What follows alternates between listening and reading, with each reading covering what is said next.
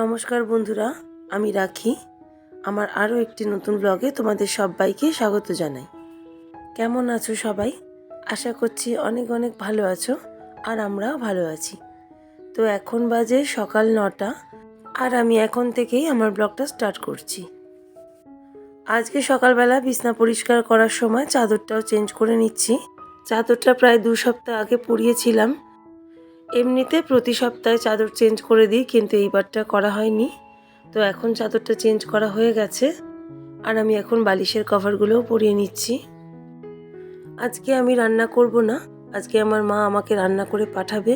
তো এর জন্য সকালবেলা যেহেতু রান্না নেই, তাই হাতে বেশ অনেকটা সময় পাওয়া গেছে, আর সেই সময়টারই সদ্ব্যবহার করে নিচ্ছি।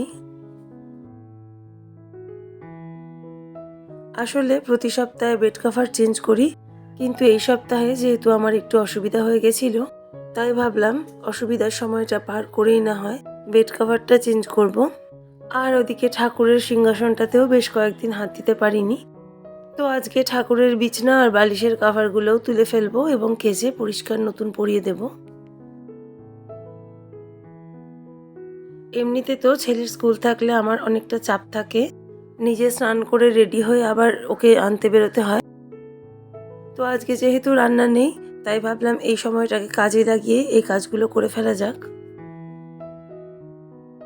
আর এই যে কথা বলতে বলতে কিন্তু আমার বিছনার চাদর পরানো আর বালিশের কভার পরানো কমপ্লিট।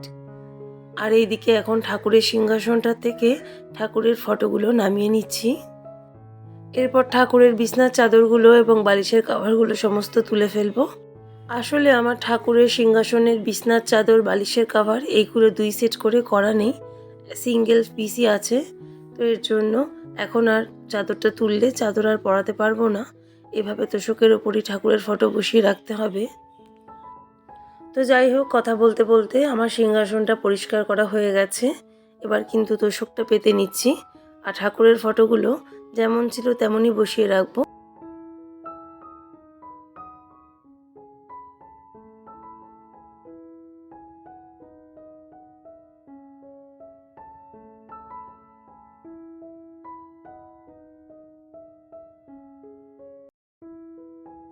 এখন এই বিছনা বালিশের কভারগুলো আমি সার্ফ জলে ভিজিয়ে দেব। তারপরে 2 ঘন্টা 3 ঘন্টা রেখে এগুলো আমি আজকেই কেচে নেব। তাড়াতাড়ি করে রোদে দিয়ে শুকিয়ে নিতে হবে, কারণ বিছনার কভার ছাড়া আর বালিশের কভার ছাড়া সিংহাসনটা দেখতে কেমন যেন একটা লাগছে, ভালো লাগছে না মোটেই। তো ঠাকুরের বিছনার কভারগুলো সার্ফ জলে ভিজিয়ে রেখেছি, আর এখন আমি বেসিনটা একটু ঘষে পরিষ্কার করে নিচ্ছি। এভাবে 3-4 দিন পরই কিন্তু বেসিনটা পরিষ্কার করে নিই, যার জন্য বেসিনটা খুব বেশি নোংরা জমে না, নাহলে কিন্তু দেখতে খুব খারাপ লাগে। এখানে যেহেতু হাত ধোয়া হয়, এখানে কিন্তু প্রায় প্রতিদিনই অল্প অল্প করে নোংরা জমতে থাকে। তো 2-3 দিন পর এইভাবে একটু হারপিক দিয়ে ঘষে পরিষ্কার করে ধুয়ে নিলে কিন্তু নোংরাটা জমতে পারে না।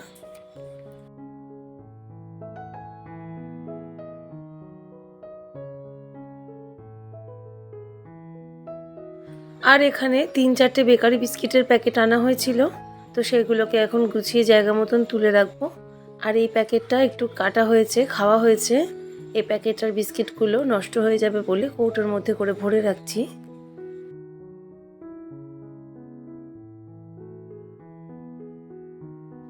আর এখানে সকালবেলা বেশ কিছুটা বাজার করেছে হাজব্যান্ড, তো সেইগুলোকেও তো গুছিয়ে তুলে রাখতে হবে, না হলে কিন্তু এখন গরমকাল পড়ছে।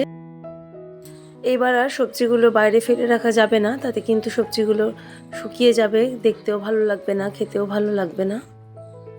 তো এখন ফ্রিজে করে জায়গা মতন সব প্যাকেট প্যাকেট করে গুছিয়ে তুলে রাখছি। রান্না বান্না ছাড়াও কিন্তু বাজার গোছানো, তারপরে টুকটাক ঘরদোর পরিষ্কার করা, এইগুলো কিন্তু অল্প অল্প করে সময় ব্যয় হলেও দিনের শেষে দেখা যায় কিন্তু বেশ অনেকটাই সময় ব্যয় হয়েছে এর পিছনে। এই কাজগুলোর কিন্তু নির্দিষ্ট করে কোনো সময় ধরা থাকে না আমাদের, যখন যেভাবে সুযোগ পাই, ফাঁকা পাই, সেভাবেই আমি এই কাজগুলো করে থাকি। আর এখানে একটা পালং শাক আনা হয়েছে, তো এটাকে আমি প্লাস্টিকের মধ্যে জড়িয়ে ফ্রিজের মধ্যে রেখে দেব। গুড ইভিনিং ফ্রেন্ডস, এখন হচ্ছে সন্ধেবেলার সময়। এখন ছেলেকে নিয়ে একটু পড়তে বসিয়েছি। এরপরে ওর আন্টি আসবে 7টার সময়, ওকে আন্টির কাছে পড়তে বসিয়ে দিয়ে আমি কিন্তু একটু বেরোবো। তো তার জন্যই এখন রেডি হয়ে নিচ্ছি।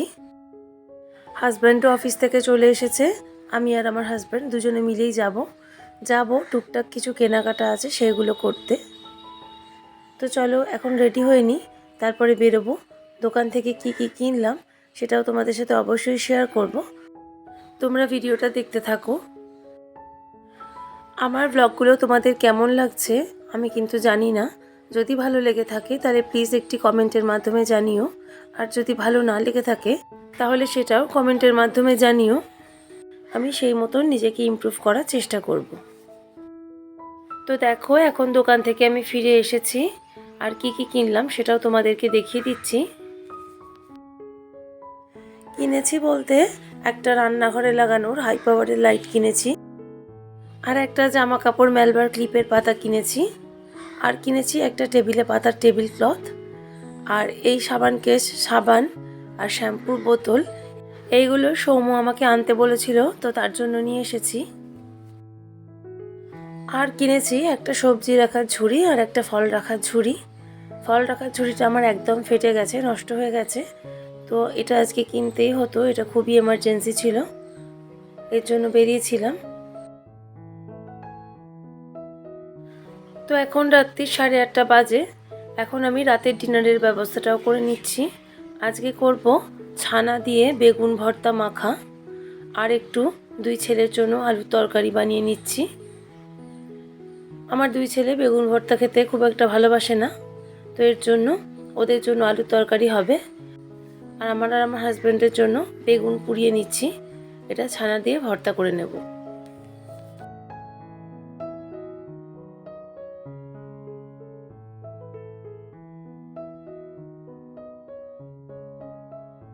এই তো আমার বেগুনটা পুড়িয়ে নেওয়া হয়ে গেছে, সাথে একটা টমেটো পুড়িয়ে নিয়েছি, আর এইখানে ছানাটাও তৈরি করে নিয়েছি।